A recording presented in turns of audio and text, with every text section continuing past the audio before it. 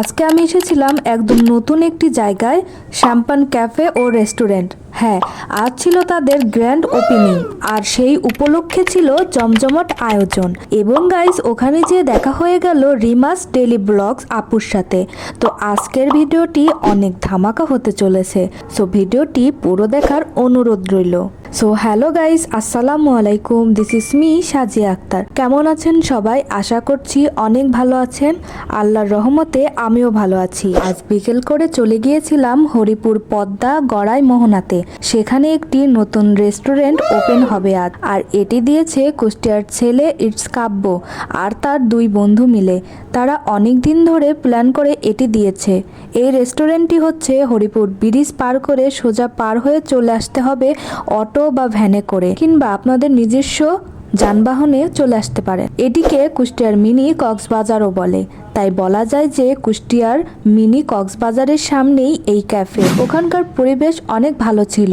Gate দিয়ে ঢুকতেই চোখে পড়ে দারুণ একটা ডেকোরেশন। খোলা আকাশের নিচে বসার জন্য এমন করে জায়গা করেছে যেটি দেখতে খুব সুন্দর লাগছিল, আর পুরো জায়গাটা একদম সুন্দর করে সাজানো ছিল। আর এইখানে সেলফি ও ছবি তোলার জন্য সেরা জায়গা, একদম ইনস্টাগ্রামের ছবি তোলার জন্য পারফেক্ট। ব্যাপারটা একেবারে আলাদা ছিল বলতেই হবে।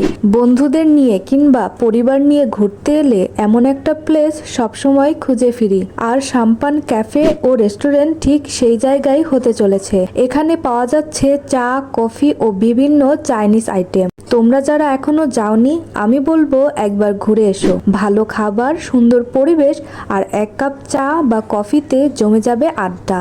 আর একটা সারপ্রাইজ ছিল আমার জন্য।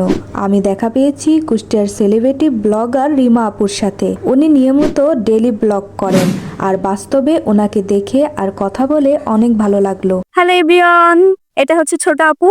ছোট আপুর পেজটা সবাই ফলো করে দিবেন, পাশে থাকবেন। এত ফ্রেন্ডলি আর হাসি খুশি একজন মানুষ, এই অভিজ্ঞতাটা আমার কাছে একদম স্পেশাল হয়ে থাকবে। নতুন জায়গা, ভালো খাবার আর প্রিয় একজন কন্টেন্ট ক্রিয়েটরের সঙ্গে দেখা, সব মিলে দারুণ একটা দিন কেটেছে আমার। ভিডিও ভালো লাগলে লাইক, কমেন্ট আর ফলো দিতে ভুলো না। দেখা হবে পরের ব্লগে।